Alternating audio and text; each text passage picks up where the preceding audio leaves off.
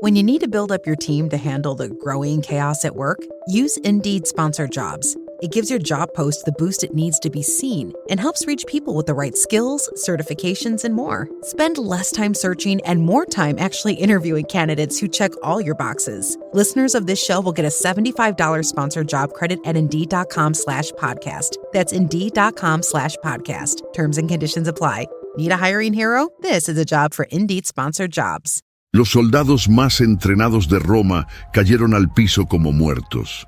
Y lo que los sacerdotes hicieron después es peor que lo que hizo Judas. Eso pasó en un solo domingo, en Jerusalén, en el año 33 d.C. Y hay algo dentro de esa tumba vacía que destruye toda teoría de conspiración. Una palabra en griego que cambia lo que crees que Jesús le dijo a María. Un soborno pagado con dinero del templo que irónicamente prueba que la tumba quedó vacía. Y un encuentro privado entre Jesús y Pedro que ningún evangelio se atrevió a narrar. Vamos a reconstruir ese día hora por hora, desde antes del amanecer hasta la noche, con los 4 evangelios abiertos al mismo tiempo. Y va a pasar algo interesante. Ninguno cuenta exactamente lo mismo.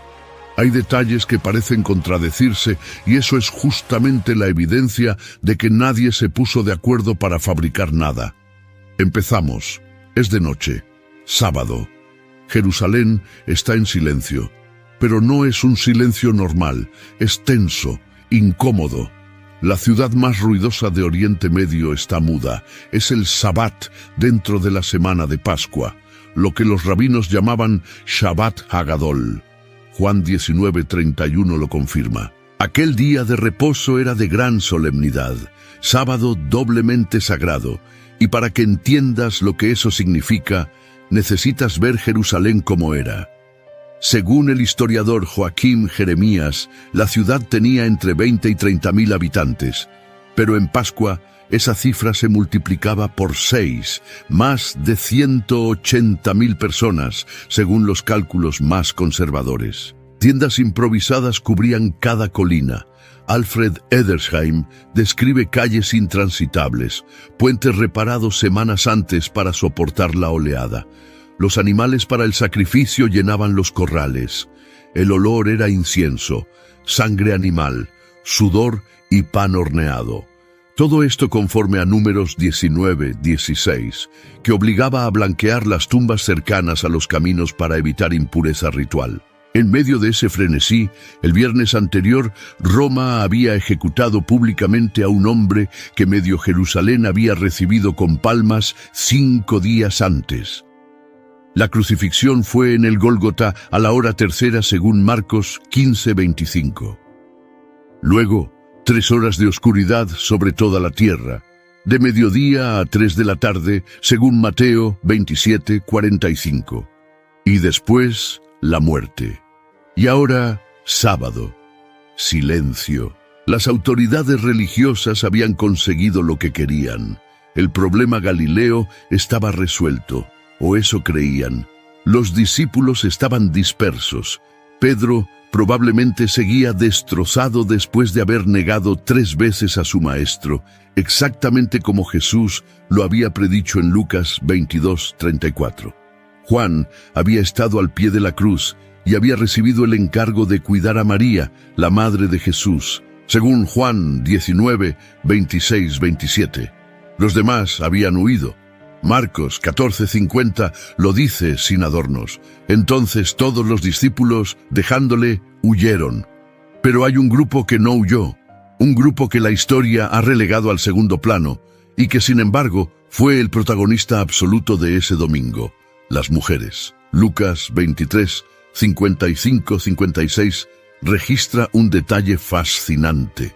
Las mujeres que habían venido con Jesús desde Galilea observaron el sepulcro y cómo fue puesto su cuerpo, y regresaron y prepararon especias aromáticas y ungüentos, pero descansaron el día de reposo, conforme al mandamiento.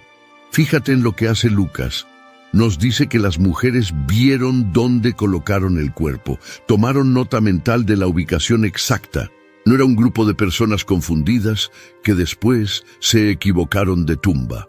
Sabían perfectamente dónde estaba, y mientras la ciudad descansaba bajo la ley del sábado, ellas prepararon las especias: mirra, áloe, nardo, ungüentos aromáticos que se usaban para honrar a los muertos y retardar la descomposición. El entierro del viernes había sido apresurado porque el sábado estaba a punto de comenzar al caer el sol. Juan 19, 39, 40. Nos dice que Nicodemo había traído una mezcla de mirra y áloes, como 100 libras romanas, y habían envuelto el cuerpo en lienzos con las especias según la costumbre judía de sepultar. Pero las mujeres querían completar el proceso. Querían hacer lo que la prisa del viernes no les había permitido. Ahora imagina esa noche de sábado. El sol se ha puesto. Técnicamente, el sábado ha terminado. Pero es de noche. No puedes caminar por Jerusalén en la oscuridad sin antorchas. No puedes encontrar la tumba en medio de un campo de tumbas sin luz. Así que esperan toda la noche, con las especias preparadas, con el dolor intacto, con la angustia de no haber podido despedirse bien. Y necesitas entender qué significaba preparar esas especias. No era como ir a la farmacia y comprar un frasco. La mirra venía en forma de resina seca que había que pulverizar. El áloe se extraía de la planta y se mezclaba con aceites. El nardo, el perfume más caro del mundo antiguo, se importaba desde la India y costaba el equivalente a un año de salario de un trabajador. Estas mujeres no estaban preparando un gesto simbólico, estaban invirtiendo todo lo que tenían en honrar a un hombre muerto, un hombre que el mundo había descartado como un criminal ejecutado. Marcos 16, 1 identifica quiénes eran: María Magdalena, María la madre de Jacobo y Salomé. Lucas 24, el 10 añade a Juana. Eran al menos 4 mujeres, posiblemente más, y todas habían venido desde Galilea a más de 120 kilómetros al norte, siguiendo a Jesús durante todo su ministerio. Lucas 8, 1-3 confirma que este grupo de mujeres servía a Jesús y a los 12 con sus bienes. Eran las que financiaban el movimiento, las que cocinaban, las que organizaban la logística. Y ahora eran las únicas que se atrevían a acercarse a la tumba de un condenado por Roma. Porque acercarse a esa tumba no era solo un acto de amor, era un acto de riesgo. Si los líderes judíos habían conseguido que Roma ejecutara a Jesús, cualquiera asociado públicamente con él estaba en peligro. Los discípulos lo sabían, por eso estaban escondidos. Pero estas mujeres caminaron igual. Y lo que no saben es que mientras ellas esperan el amanecer, algo ya ha ocurrido. Mateo 28, 2-4 es el único evangelio que registra el momento exacto. Hubo un gran terremoto, porque un ángel del Señor, descendiendo del cielo y llegando, removió la piedra y se sentó sobre ella. Su aspecto era como un relámpago y su vestido blanco como la nieve. Y de miedo de él, los guardas temblaron y se quedaron como muertos. Esto es importante. La piedra no fue removida para que Jesús saliera. El cuerpo resucitado de Cristo no necesitaba que le abrieran la puerta. Más adelante en ese mismo día, Juan 20:19 lo demuestra. Jesús aparecerá en una habitación con las puertas cerradas. La piedra fue removida para que los testigos pudieran entrar y verificar que la tumba estaba vacía.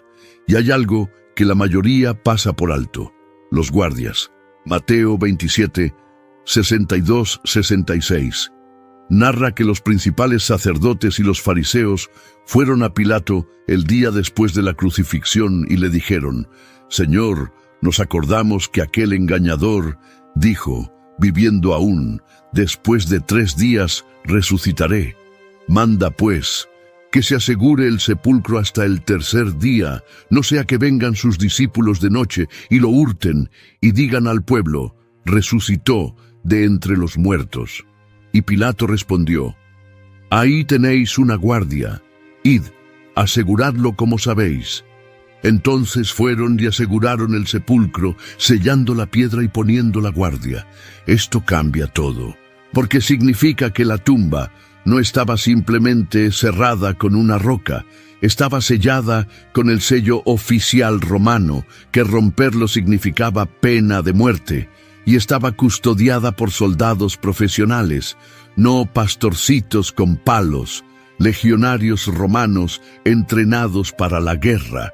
Y esos soldados acaban de caer al suelo como muertos ante la presencia de un ángel. La palabra griega que usa Mateo para guardia es custodia, un préstamo directo del latín custodia. Esto sugiere que no era una guardia del templo, que habría sido judía, sino una guardia romana. Un destacamento romano de custodia solía consistir en 4 a 16 soldados. Estos hombres estaban entrenados para vigilar toda la noche sin dormir. La pena por quedarse dormido en la guardia bajo ley militar romana era la muerte, a menudo por golpes de sus propios compañeros. El hecho de que Mateo diga que temblaron y se quedaron como muertos ante el ángel es significativo. Estos no eran hombres que se asustaban fácilmente.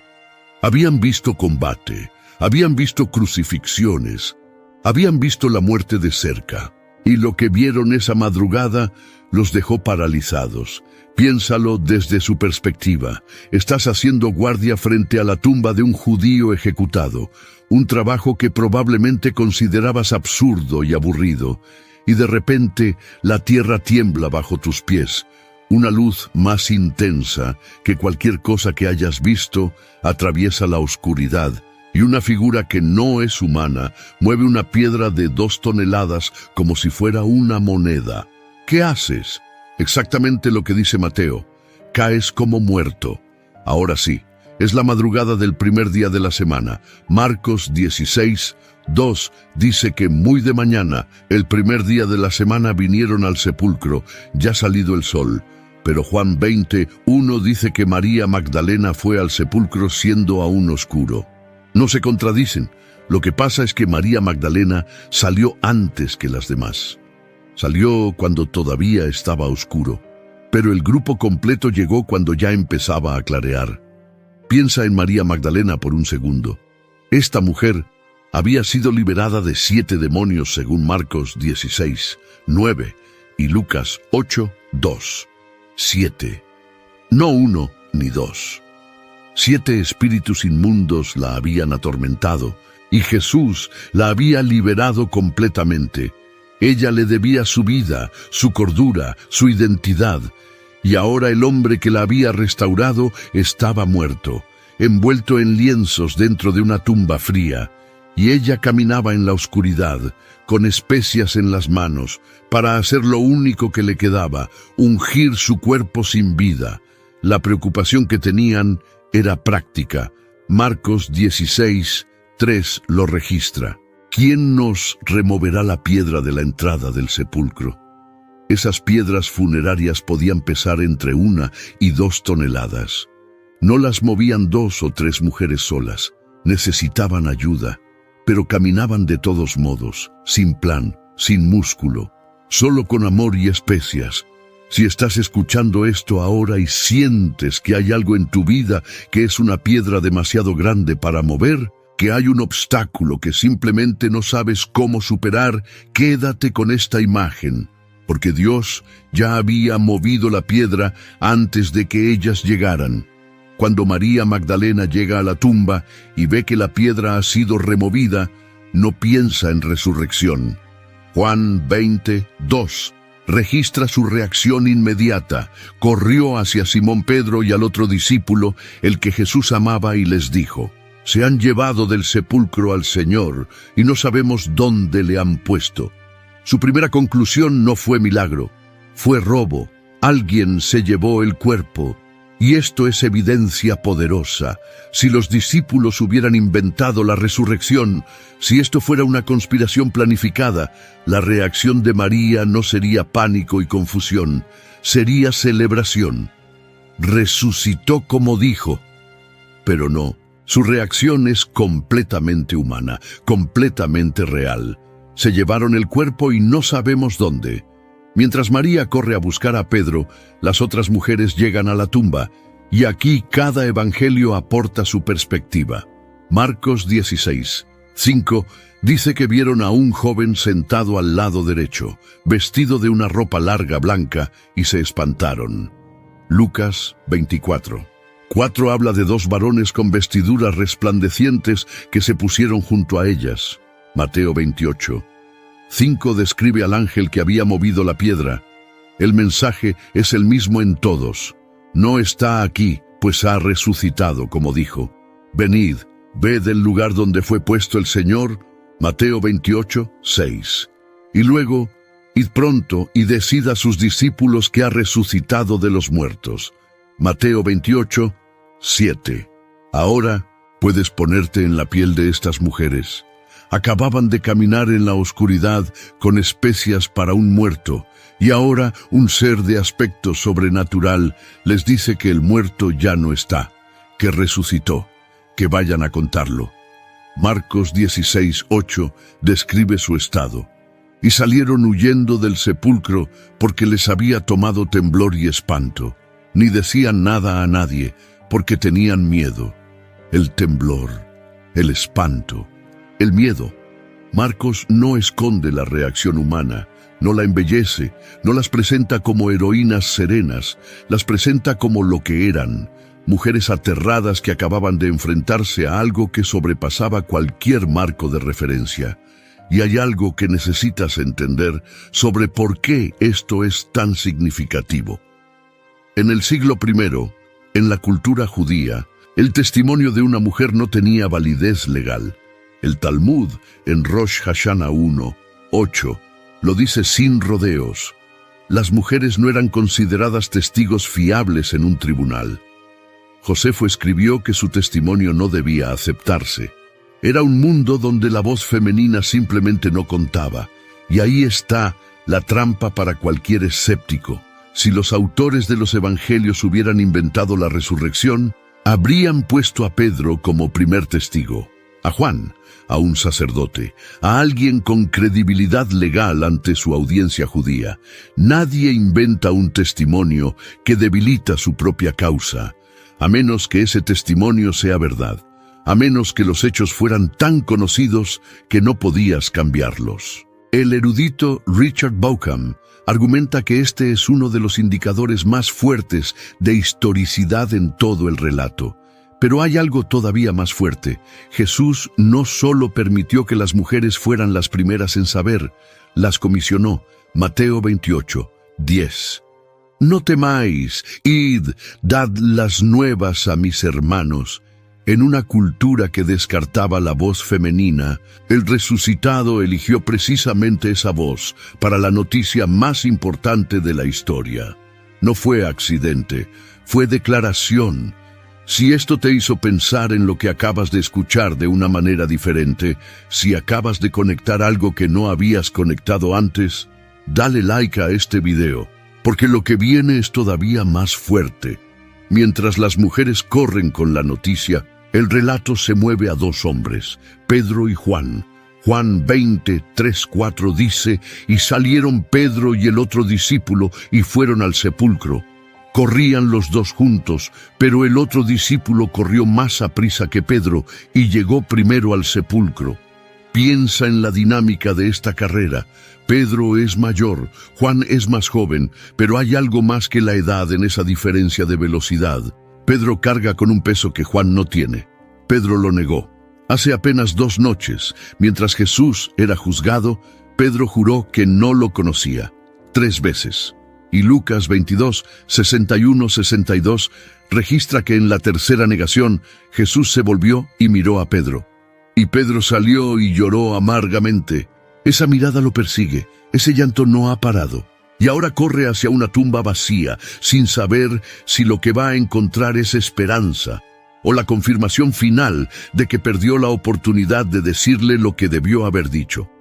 Juan corre con curiosidad, Pedro corre con culpa. Fíjate en el detalle. Juan corre más rápido, pero no entra, se asoma. Juan 20:5. Y bajándose a mirar, vio los lienzos puestos allí Pero no entró. Juan se asoma y ve los lienzos, y algo lo detiene. Puede ser miedo, puede ser reverencia, puede ser la impureza ritual de entrar en contacto con un sepulcro, que para un judío significaba 7 días de impureza según Números 19, 16.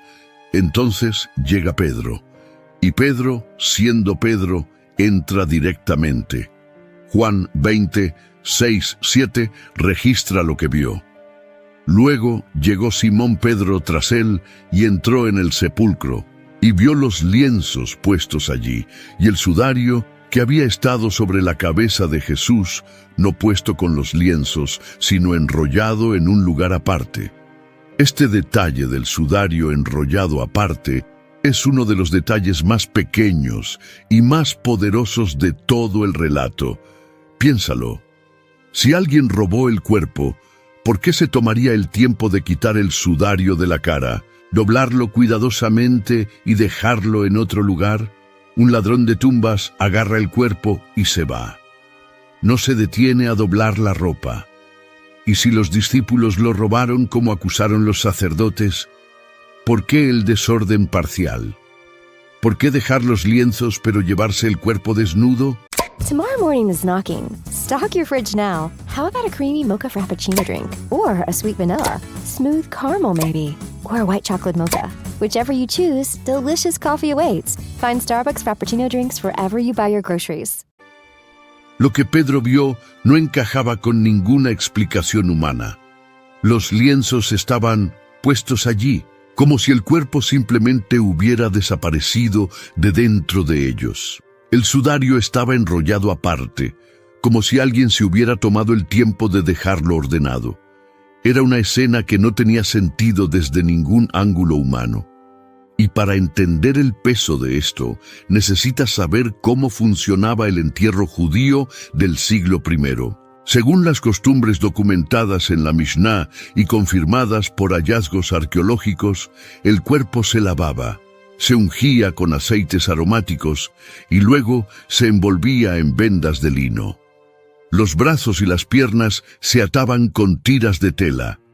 El torso se cubría con una sábana larga y un paño separado.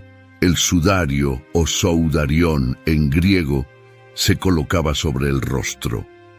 La mirra y el áloe, que Nicodemo había traído en cantidad de 100 libras, según Juan 19:39, se espolvoreaban entre los pliegues del lino.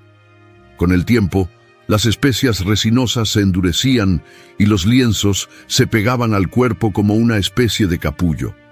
Ahora, imagina lo que Pedro vio.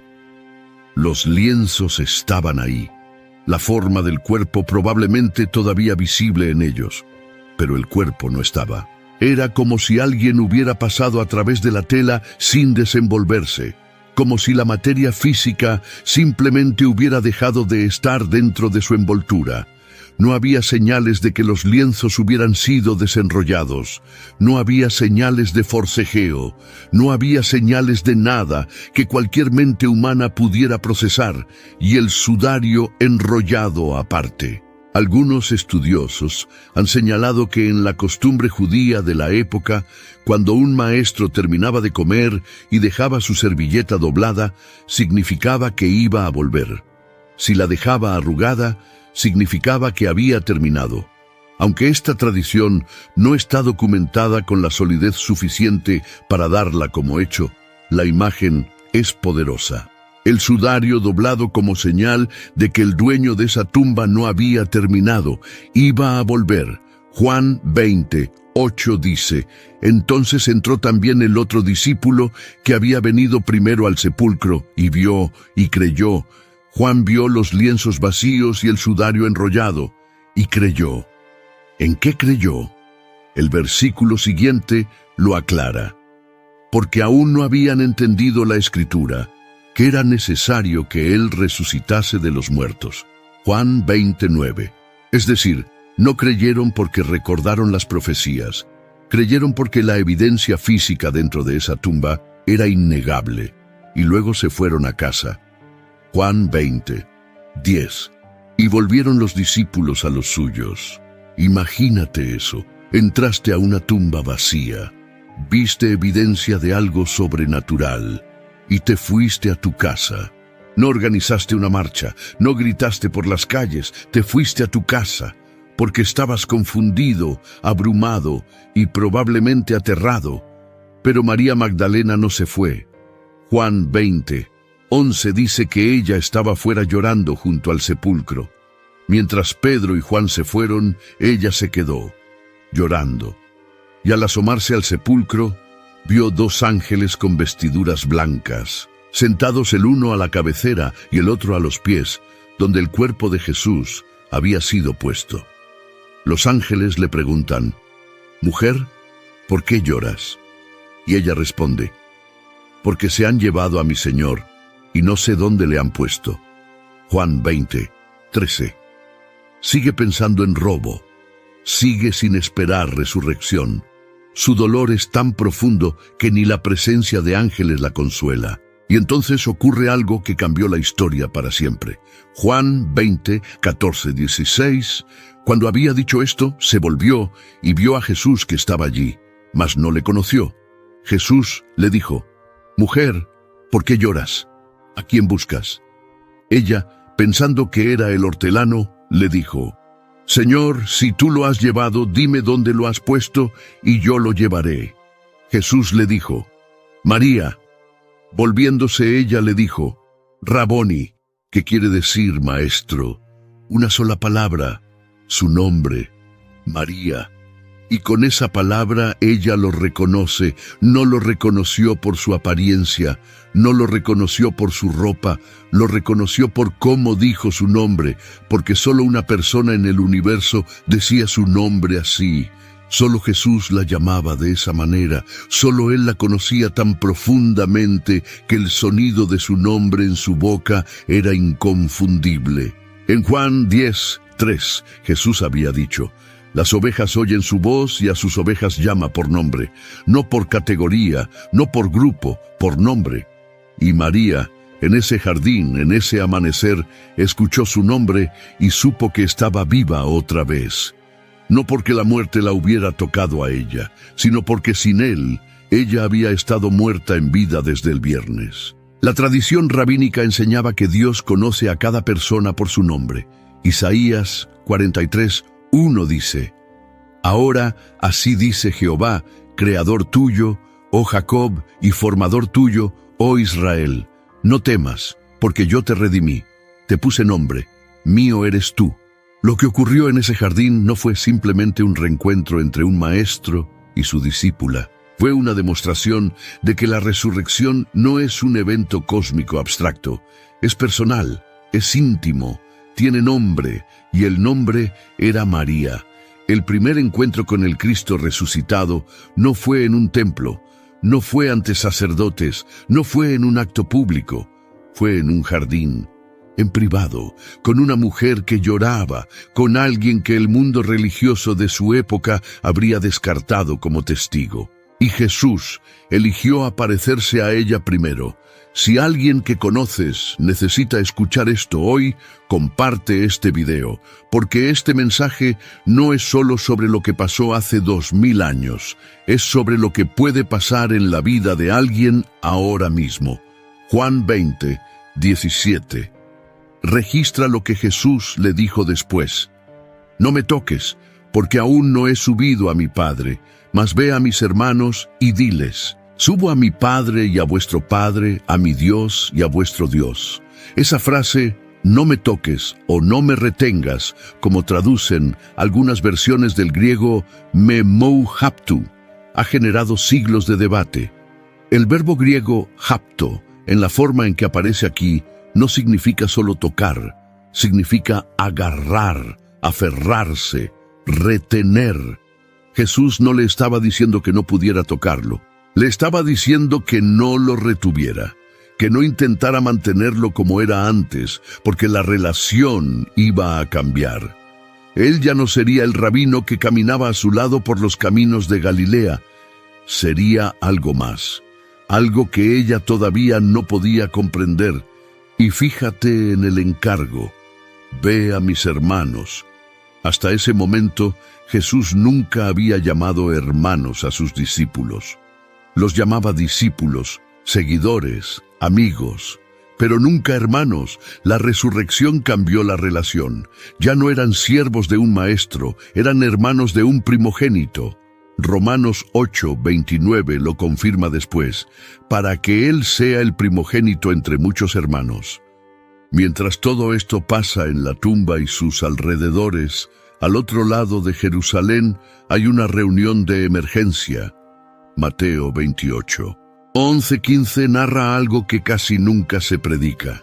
Mientras ellas iban, he aquí unos de la guardia fueron a la ciudad y dieron aviso a los principales sacerdotes de todas las cosas que habían acontecido. Y reunidos con los ancianos, y habido consejo, dieron mucho dinero a los soldados, diciendo: «Decid vosotros». Sus discípulos vinieron de noche y lo hurtaron, estando nosotros dormidos. Y si esto lo oyere el gobernador, nosotros le persuadiremos y os pondremos a salvo. Y ellos, tomando el dinero, hicieron como se les había instruido. Detente aquí. Lo que acabas de leer es la primera teoría conspirativa de la historia del cristianismo, y fue fabricada el mismo día de la resurrección. Los mismos líderes religiosos que pidieron la guardia para evitar un engaño, ahora están creando un engaño propio, y la coartada es absurda. Sus discípulos vinieron de noche y lo robaron mientras dormíamos. Si estaban dormidos, ¿cómo saben que fueron los discípulos? Un testigo dormido no es testigo. Un soldado romano que admite haberse dormido en su puesto se enfrentaba a la pena de muerte. Por eso Mateo incluye la promesa: si esto llega a oídos del gobernador, nosotros lo convenceremos y os sacaremos de problemas. Necesitaban protección política para mantener una mentira que se desmoronaba con la más mínima lógica. Y aquí viene un detalle que muy pocos mencionan: el hecho de que los líderes religiosos necesitaran sobornar a los guardias es, en sí mismo, evidencia de la tumba vacía. Si la tumba hubiera seguido ocupada, no necesitarían ninguna historia alternativa. Simplemente habrían dicho: vengan a ver, ahí está el cuerpo. El soborno solo tiene sentido si el cuerpo efectivamente no estaba. El mundo religioso de Jerusalén tenía un problema de relaciones públicas monumental. Habían ejecutado a un hombre que prometió resucitar. La tumba estaba vacía. Los guardias estaban aterrados, y lo mejor que pudieron inventar fue una historia que no resistía el más mínimo escrutinio. Y hay algo más que nunca se menciona en las predicaciones dominicales: el costo económico de esa mentira. Mateo dice que les dieron mucho dinero. La palabra griega es arguria y cana, literalmente plata suficiente. No fue una propina, fue una suma considerable. Los sacerdotes estaban gastando dinero del templo, dinero de las ofrendas del pueblo, para comprar el silencio de soldados romanos. Dinero sagrado usado para financiar una mentira. La ironía es brutal. 30 monedas de plata habían comprado la traición de Judas. Ahora una suma desconocida pero mayor estaba comprando la negación de la resurrección. El sistema religioso que se presentaba como guardián de la verdad se convirtió en el financista de la mentira más grande de su historia. Y esa mentira funcionó. Parcialmente. Mateo 28:15 cierra diciendo: y este dicho se ha divulgado entre los judíos hasta el día de hoy. Es decir, cuando Mateo escribió su evangelio, probablemente entre los años 60 y 70, esa versión seguía circulando. Los judíos seguían diciendo: los discípulos robaron el cuerpo. Justino Mártir, en el siglo II, confirma que esa era todavía la respuesta oficial judía a la resurrección. Una mentira que se repite durante décadas no se convierte en verdad, pero sí revela cuánto temían la alternativa. Suscríbete al canal si esto te está cambiando la forma de ver esta historia. porque lo que viene a continuación es la escena que más me impactó de todo este día.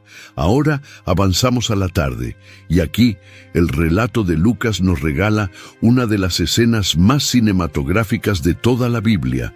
Lucas 24, 13-16. Y he aquí, 2 de ellos iban el mismo día a una aldea llamada Emaús, que estaba a 60 estadios de Jerusalén, e iban hablando entre sí de todas aquellas cosas que habían acontecido. Sucedió que mientras hablaban y discutían entre sí, Jesús mismo se acercó y caminaba con ellos, mas los ojos de ellos estaban velados para que no le conociesen. 60 estadios, aproximadamente 11 kilómetros, unas 2 horas y media a pie. Y durante todo ese camino, Jesús camina a su lado, y ellos no lo reconocen. Lucas dice que sus ojos estaban velados. El verbo griego krateo implica que algo externo les impedía reconocerlo. No era que Jesús se hubiera disfrazado, era que sus ojos estaban retenidos, impedidos de ver lo que tenían delante. Jesús les pregunta de qué hablan, y Cleofas, uno de los 2, responde con una frase que destila derrota total. Lucas 24, 18-21. ¿Eres tú el único forastero en Jerusalén que no has sabido las cosas que en ella han acontecido en estos días? Y cuando Jesús pregunta, ¿qué cosas?, Cleofas responde, de Jesús Nazareno, que fue varón profeta, poderoso en obra y en palabra delante de Dios y de todo el pueblo, y cómo le entregaron los principales sacerdotes y nuestros gobernantes a sentencia de muerte, y le crucificaron. Pero nosotros esperábamos que Él era el que había de redimir a Israel. Nosotros esperábamos. Tiempo pasado, esperanza muerta. Hablan de Jesús como de un capítulo cerrado, un profeta poderoso que terminó mal. Y la frase que sigue es devastadora. Y además de todo esto, hoy es ya el 3er día que esto ha acontecido. Lucas 24, 21. El 3er día. El día que Jesús había prometido que resucitaría. Y para ellos, ese 3er día no traía resurrección. Traía la confirmación final de que todo había terminado. Luego mencionan algo que los tiene confundidos. Lucas 24, 22-24. Aunque también nos han asombrado unas mujeres de entre nosotros, las que antes del día fueron al sepulcro, y como no hallaron su cuerpo, vinieron diciendo que también habían visto visión de ángeles, quienes dijeron que Él vive, y fueron algunos de los nuestros al sepulcro, y hallaron así como las mujeres habían dicho, pero a Él no le vieron. Saben que la tumba está vacía, saben que las mujeres reportaron ángeles, saben que Pedro y Juan confirmaron que no había cuerpo, y aún así no creen. Tienen toda la evidencia y ninguna fe, porque la evidencia sin revelación no basta. Y entonces Jesús habla, Lucas 24, 25, 27. Entonces Él les dijo, «Oh insensatos y tardos de corazón para creer todo lo que los profetas han dicho. ¿No era necesario que el Cristo padeciera estas cosas y que entrara en su gloria? Y comenzando desde Moisés y siguiendo por todos los profetas, les declaraba en todas las Escrituras lo que de Él decían». Imagina esa caminata. 11 kilómetros, 2 horas y media, y durante todo ese tiempo, el Cristo resucitado les explica cómo todo el Antiguo Testamento apuntaba hacia lo que acababa de suceder. Desde la Pascua en Éxodo, donde el Cordero muere para que el primogénito viva. Desde Isaías 53, donde el siervo sufriente es herido por nuestras rebeliones. Desde el Salmo 16, 10, no permitirás que tu santo vea corrupción. Desde Oseas 6, 2, nos dará vida después de 2 días. En el 3er día nos resucitará y viviremos delante de Él. La clase de Biblia más extraordinaria de la historia la dio un profesor que sus alumnos no reconocían. En un camino polvoriento, a 2 personas destrozadas que no sabían que estaban caminando junto a la respuesta a todas sus preguntas. Y hay algo que cambia completamente esta escena. cuando entiendes la geografía. El camino de Jerusalén a Emaús iba cuesta abajo, descendiendo desde las colinas de Jerusalén hacia la llanura costera. Era un camino rural, flanqueado por olivos y campos de trigo que en abril ya estaban crecidos. El sol de la tarde les daba en la espalda mientras caminaban hacia el oeste, y cada paso los alejaba más de Jerusalén. Cada paso era una retirada. Se iban. Literalmente estaban dejando atrás la ciudad donde todo había ocurrido. Como quien se aleja de una decepción demasiado grande para enfrentar, y Jesús no los interceptó a la entrada de la ciudad, no los detuvo. Caminó con ellos en la dirección que ellos habían elegido. Incluso cuando iban en la dirección equivocada, se unió a su camino. No los corrigió primero los acompañó, después les explicó. Hay algo profundamente revelador en eso. Jesús no obliga a nadie a regresar. Primero camina contigo, aunque vayas alejándote. Lucas registra un detalle que pasa desapercibido. En el versículo 27 dice que Jesús les explicó en todas las Escrituras lo que de él decían. El pronombre todas en griego es pasáis. Todas las Escrituras, no un pasaje aquí y otro allá. Todo el Antiguo Testamento, Génesis a Malaquías. La promesa del Edén en Génesis 3:15, donde la simiente de la mujer aplastaría la cabeza de la serpiente, el carnero sustituto de Isaac en Génesis 22, el cordero pascual de Éxodo 12, la serpiente de bronce levantada por Moisés en Números 21, el siervo sufriente de Isaías 53, el pastor herido de Zacarías 13:7, el Mesías cortado de Daniel 9:26. 2 horas y media de revelación concentrada, del mismo autor del texto, explicando su propio texto. No hay teólogo, no hay profesor de seminario, no hay comentarista bíblico que haya dado una clase comparable. Y los dos alumnos ni siquiera sabían quién era el profesor, y luego llegan a Emaús. Lucas 24, 28, 29. Llegaron a la aldea a donde iban, y él hizo como que iba más lejos. Mas ellos le obligaron a quedarse, diciendo, «Quédate con nosotros, porque se hace tarde, y el día ya ha declinado». Jesús no se impone, hace como que sigue caminando, y ellos lo invitan, lo retienen, le piden que se quede. Lucas 24, 30, 31. Y aconteció que estando sentado con ellos a la mesa, tomó el pan y lo bendijo, lo partió y les dio. Entonces les fueron abiertos los ojos y le reconocieron, mas él se desapareció de su vista. En el momento del pan partido, en el gesto de la bendición, en esa fracción de segundo entre partir y dar, sus ojos se abren y lo reconocen. Y en ese mismo instante desaparece. Hay una razón por la que el pan partido fue el detonante, no fue casual. Estos dos hombres habían visto a Jesús partir el pan antes. Habían estado en la multiplicación de los panes. Habían visto cómo tomaba un pan insignificante, lo bendecía, lo partía y alimentaba multitudes. Habían visto el gesto exacto en la última cena, apenas 3 noches antes. Y ahora en esta mesa pequeña de una aldea olvidada, ven las mismas manos hacer el mismo gesto. Y quizás, solo quizás, al tomar el pan, vieron las marcas en las palmas, los agujeros, la evidencia, y en ese instante todo encajó.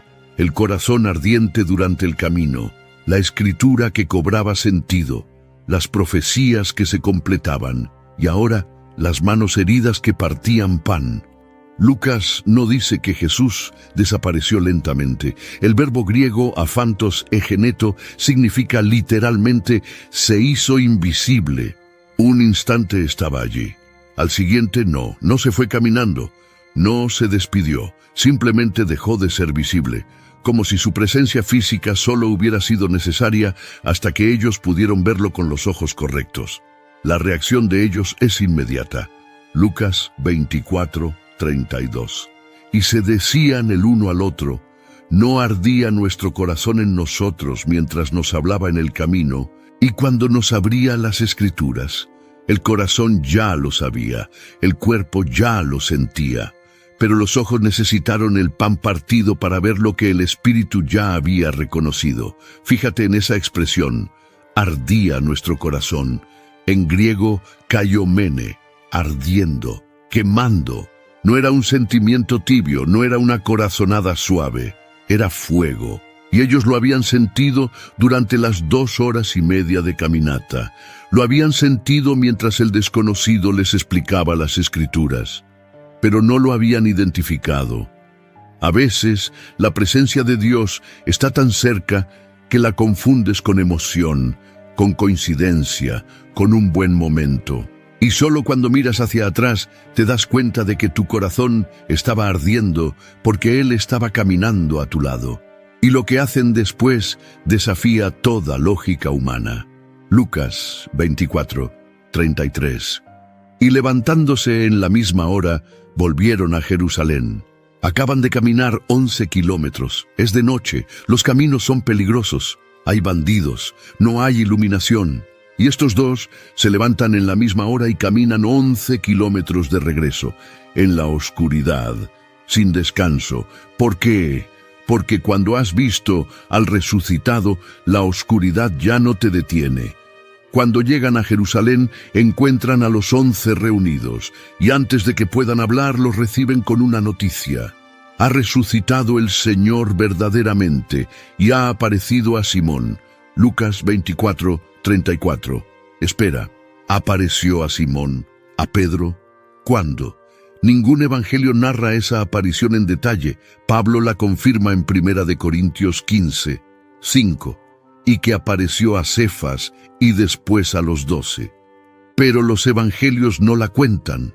Lo que sabemos es que en algún momento entre la mañana y la noche de ese domingo, Jesús se apareció a Pedro en privado, a solas. Una conversación que ningún escritor registró, y que probablemente fue la más importante de todas, porque Pedro no solo había huido, Pedro lo había negado 3 veces, con juramentos, y ahora el resucitado busca primero al que más profundamente lo había traicionado.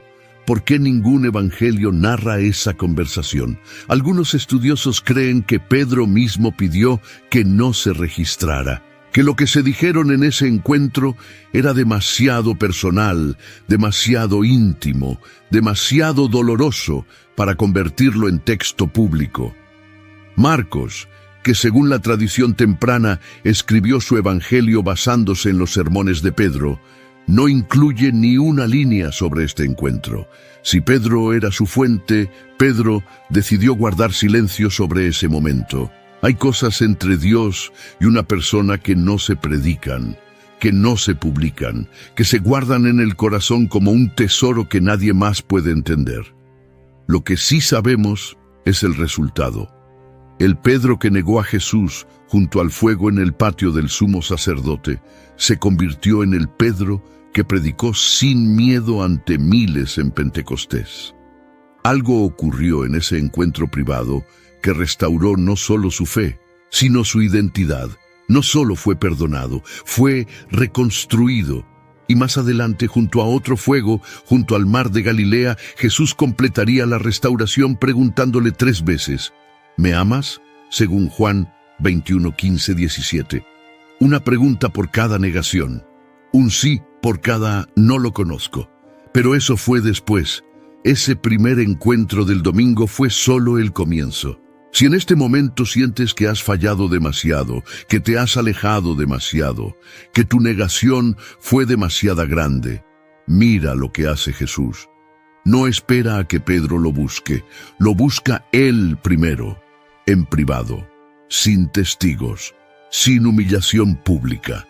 El perdón más grande de la historia ocurrió sin audiencia, y ahora llegamos a la noche, la culminación de este día imposible. Juan 20:19.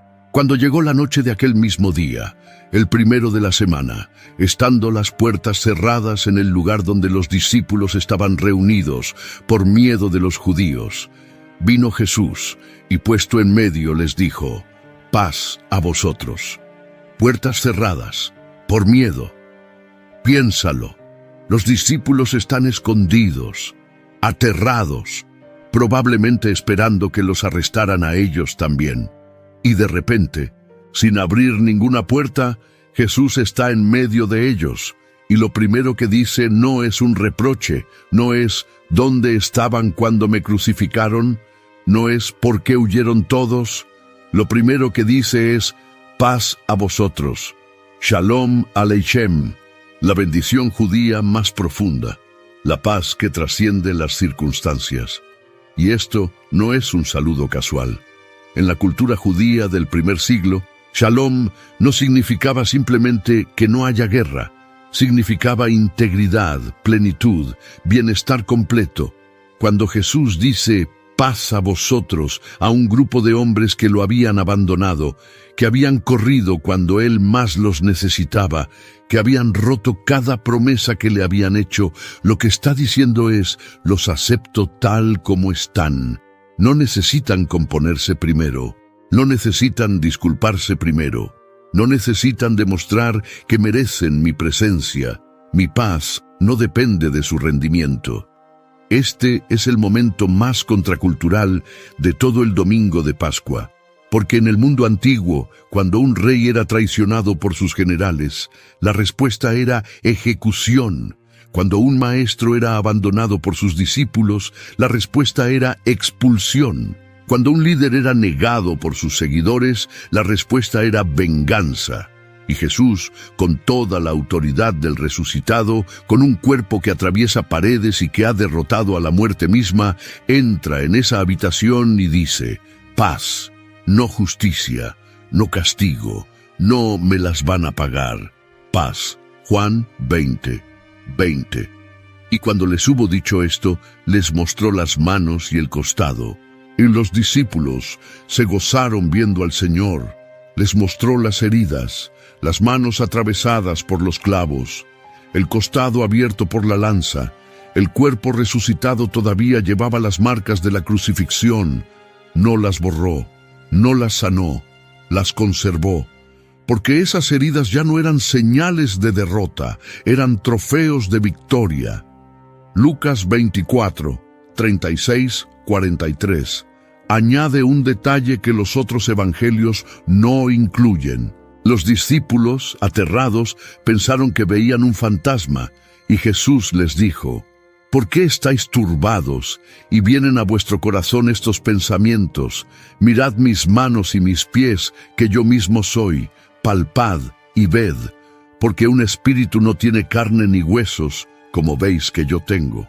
Y les mostró las manos y los pies, y como todavía no creían, de gozo y de asombro, les dijo, ¿tenéis aquí algo de comer?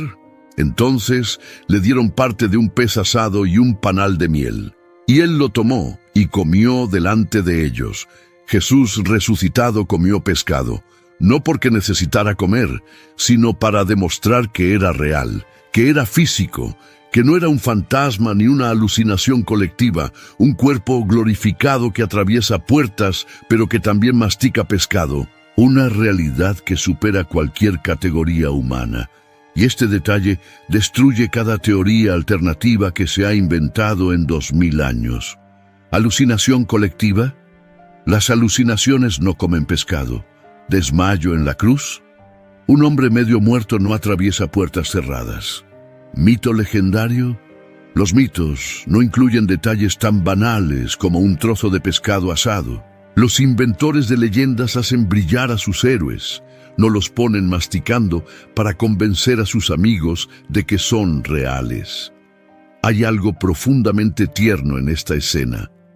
El creador del universo, el que llamó a las estrellas por su nombre, según Isaías 40:26, el que separó los mares y formó las montañas, está sentado en una habitación con un grupo de pescadores asustados, comiendo lo que probablemente era la cena de alguien. Y en ese gesto tan simple, tan cotidiano, tan ordinario, les está diciendo, sigo siendo yo, sigo siendo el que cenaba con ustedes, sigo siendo el que partía pan a su lado. La muerte no me convirtió en otra cosa, me devolvió a ustedes. Adobe Firefly is the all-in-one creative studio with AI-powered image and video editing for today's creative process. Built for creators of every kind, Firefly helps you generate, edit, and experiment fast. Because the asks aren't getting smaller, the budgets aren't getting bigger, and the timelines, oh yeah, still tight. With all the best creative AI models in one place, Firefly brings your ideas to life. Unlock a better way to make with Adobe Firefly. Pero diferente, mejor, eterno. Lucas 24, 44, 48. Registra que después de comer, Jesús les abrió el entendimiento para que comprendieran las Escrituras. La misma lección que había dado en el camino a Emaús, pero ahora a todos. Y luego les dijo, así está escrito, y así fue necesario que el Cristo padeciese y resucitase de los muertos al tercer día, y que se predicase en su nombre el arrepentimiento y el perdón de pecados en todas las naciones, comenzando desde Jerusalén. Y vosotros sois testigos de estas cosas. Vosotros sois testigos, no filósofos, no teólogos, no sacerdotes, testigos, personas que vieron algo y ahora lo cuentan. Toda la fe cristiana descansa sobre el testimonio de personas que estuvieron en esa habitación esa noche y vieron al que estaba muerto vivo, comiendo pescado, mostrando heridas, hablando de paz, y luego les da la comisión.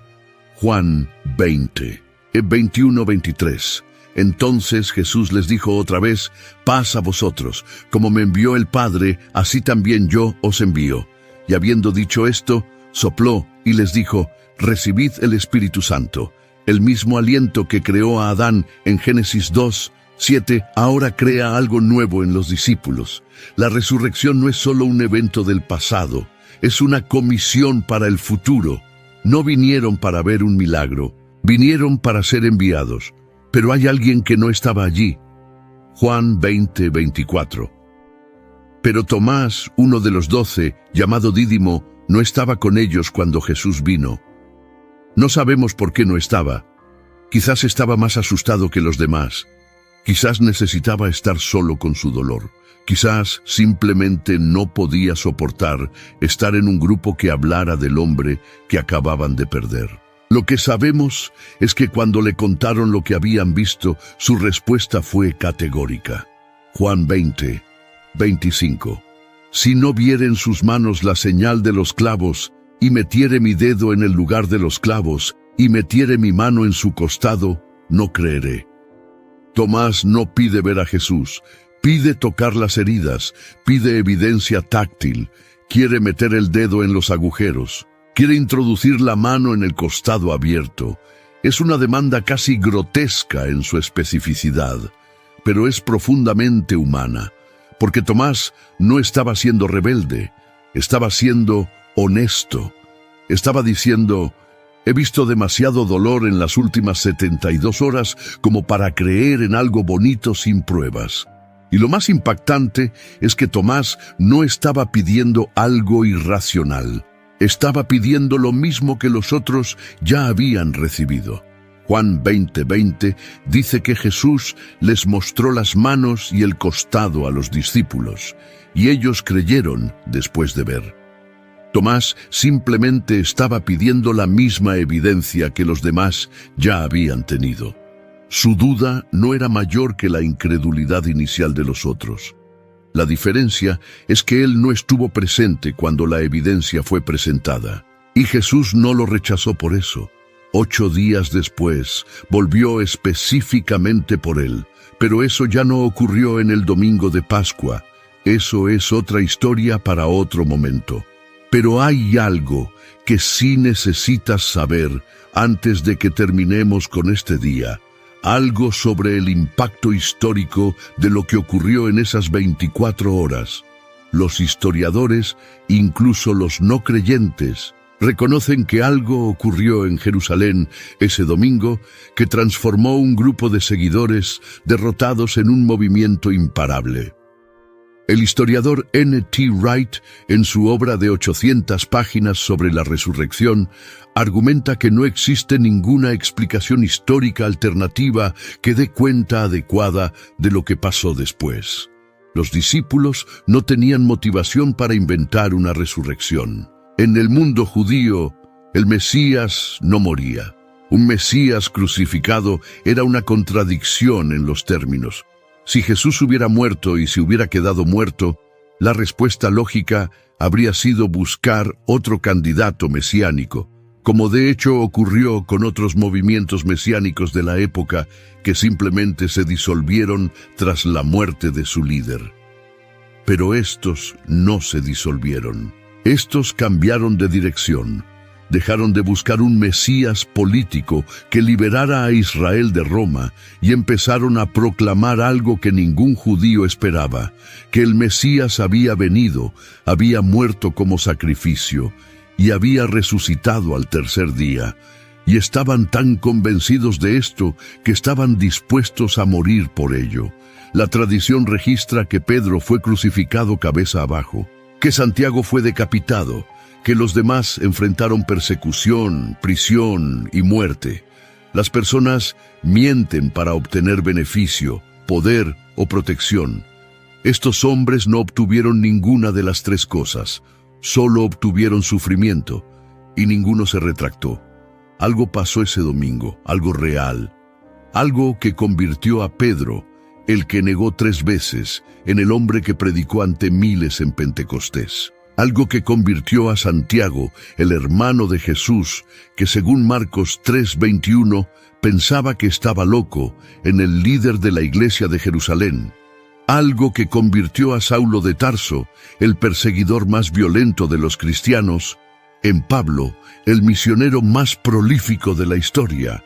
Ese algo tiene un nombre, resurrección. Y hay un último detalle que quiero que te lleves de este día. La forma en que cada persona encontró al resucitado fue diferente. María lo encontró en el dolor, llorando sola junto a una tumba. Pedro lo encontró en la vergüenza, después de su peor fracaso. Los de Emaús lo encontraron en la confusión, caminando en la dirección equivocada. Los discípulos lo encontraron en el miedo, encerrados detrás de puertas cerradas. Tomás lo encontraría en la duda, pidiendo pruebas tangibles. Ninguno de ellos fue a buscarlo. Él fue a buscarlos a todos, y no los encontró en sus mejores momentos, los encontró en sus peores. Ese es el patrón del domingo de Pascua. No es un día para personas que tienen su fe perfectamente organizada. Es un día para los que lloran, para los que huyeron, para los que negaron, para los que dudan, para los que caminan en la dirección equivocada, para los que tienen las puertas cerradas por miedo, porque la resurrección no busca a los que están listos, busca a los que están rotos. Lo que sí ocurrió en ese domingo fue suficiente para cambiar el curso de la humanidad. En menos de 24 horas pasó todo esto. Un terremoto movió una piedra sellada. Soldados romanos cayeron como muertos. Una mujer reconoció al resucitado por el sonido de su nombre. 2 caminantes lo reconocieron al partir el pan. Pedro recibió perdón en secreto. 11 hombres aterrados se encontraron con la paz en una habitación cerrada, y los líderes religiosos inventaron la primera mentira organizada de la era cristiana. Y todo esto ocurrió en una ciudad que no tenía la más mínima idea de lo que acababa de pasar dentro de sus muros. Jerusalén seguía celebrando la Pascua. Los peregrinos seguían comprando corderos en el mercado. Los romanos seguían patrullando las calles. Los sacerdotes seguían ofreciendo sacrificios en el templo y dentro de una tumba excavada en roca, los lienzos yacían vacíos y un sudario estaba cuidadosamente enrollado a un lado. El mundo no lo supo ese día, pero ese día lo cambió todo. Porque lo que comenzó con unas mujeres asustadas cargando especias en la oscuridad se convirtió en el movimiento más grande de la historia humana, sin ejército, sin dinero, sin poder político, solo con el testimonio de personas que habían visto al que estaba muerto, vivo.